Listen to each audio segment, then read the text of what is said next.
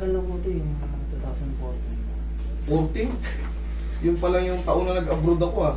Ba't ganun katagal? Ano po ito eh, na-injury po sa basketball sa school. Tapos na ano kami, hindi na orthopedic. Nalaglag ka ba or sinahod ka? Po, Ano? pag pass break ko, pag ikot ko, naiwan po. Naiwan. Tapos yung etong tuhod ko po nakaharap dito. Yung katawan mo nakaharap nakapaganto. ganito po. Paikot ako. Yan ba? Kaya yung pasok po niya, pag gano'n. Tapos ngayon po, pag naglalaro po ako, may time po na pag nabibigyan ko siya ng bigat, o kaya na po pwersa, dun. Bumibigay parang kumakalas. Oo. Sige, baring issues mo yung alam ko na yung kaso. Sige. Tapos minsan po, pag galing ako sa ganitong upo, Hindi mo may stretch kagad? hindi po, eto, tinan niyo po, may parang papa, yun. Oh, higa ka. Alam mo nangyari sa'yo, na-overstretch na yung mga ligaments mo. Oo. Ganun na nangyari sa'yo. Ngayon, kung sakaling sumasablay sa ganun, huwag mo munang ipilit na i-ganun. Normal na po. Bihira. Kahit naman hindi tayo gumanito, mabubuhay tayo. Kumbaga normal lang. Lakad or mga ganun-ganun, normal lang. Pero yung gaganituin mo pa, iipitin mo pa ng ganun. Kasi siyempre mabibinat yung mga pyesa niya. LCL, FCL, LCL. Ngayon, umiigkas yung buto eh. Lalo lang siya ma-overset, lalong luluwag yung tuhod mo. Yung nakakatakot doon, baka pag tumalong ka ng ganun, look, backleg. Putol yung ACL tsaka PCL. Minsan naman po, pag patalon pa lang ako, tas ito yung... Umiigkas ka agad. Ito yung napwersa ko, yun, wala na, bibigay na talaga. Okay. Ang pinaka-the best dito, bibili tayo ng ano, based sa assessment ko sa'yo, na talagang maluwag yung loob eh. Narinig ko, pag ganun mo, gumagano no? Bibili tayo ng ano, yung knee support na ano. Meron po ako nung may bakal po sa dito. Kahit walang bakal, mas maganda yun. O mas maganda kung gano'n. Tapos, siyempre, palitan muna natin, kasi hindi ka komportable sa ganitong posisyon eh. Palitan natin yung posisyon, tapos, lagyan natin ng ano. Nasaan yung knee support mo? Hindi mo dala. Pero yun, suotin mo lang palagi yun.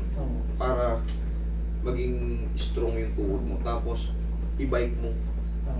Para yung mga muscle mo rito, mga ligaments mo rito, maging strong. Makita mo yung mga nagbabike, grabe yung muscle sa quadricep nila, talagang solid. Pag ginanon nila, pinlex nila ng ganon. Yan, i-bike mo lang. Huwag ka munang sa laro. Kasi sa laro, siyempre, pumasok ng pagganon daw to, ilabas natin.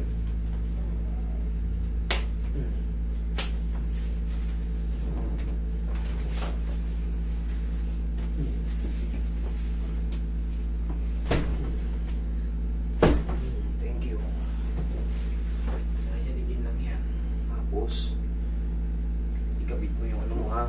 Araw-araw mo muna ikabit yun. Huwag ka muna maglaro ng basketball. Hindi naman tayo mamamatay pag hindi na paglaro eh. Papawis lang, bike. Mag-jacket ka para mabilis pang ano. Mga jogging-jogging ko na. Mas maganda yung mild lang ha. Parang yung mabilis na lakad. Yun, okay lang yan. Wala muna yung mga talon. Impact. Wala muna kasi. Wala kang MRI eh. Pero for sure na lang tayo. For sure na lang tayo para normal na pamumuhay lang muna. Wala muna tayong extreme ano. Kahit mga 3 months. Okay. Bike. Tapos balik ka sa ano. Iyan mo lang munang humigpit ulit sa tulong ng mga muscle na lumalaki. Ihigpit ulit yung ano mo. Tsaka mahalaga ito kung wala yung sakit ng pag ano, yung parang pinalo di ba sa'yo, parang hinin yung pag gumano. Yung pag ganun po, pag bumibigay siyang ganun, mamamaga siya mga ilang araw. Ayun nga, tapos pag napahinga sa linggo, goods na naman. Pero yung pag may impact talaga, kahit yung lakad po minsan na may kirot mali lang yung apa ko. Yun yung aalis minsan bigla siyang gagawin, minsan ako control ko na ibabalik ko kagad. Roy, pansamantala. Wala na? Wrong timing pa. Wala na yung ano natin.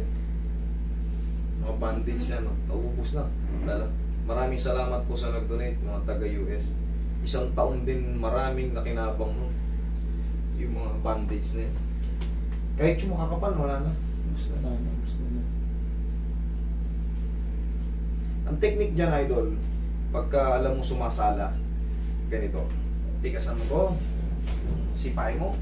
Isa, dalawa.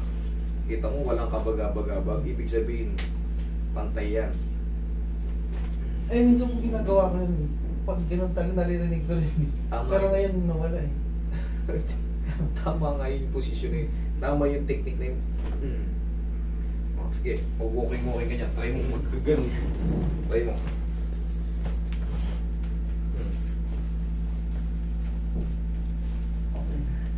Kaya Kaya wala na yung mga nagbago yung posisyon mo. Kanina pag ginaano ko eh. Kaya nga idol, sundin mo lang muna yung payo ko kasi bata ka pa eh. Marami pa tayong pagkakataon. Palakasin lang muna natin yung ano. Kasi mahirap yung maulitan. Oo. Mas masakit. Kaya yung sinabi ko kanina, parinig mo naman, yun lang. Okay? Ayos na. Kita mo, nagbago, di ba? Okay, salamat sa pagtitiwala. Wait, pamigyan po. Oo, kahit magkayakap pa tayo eh.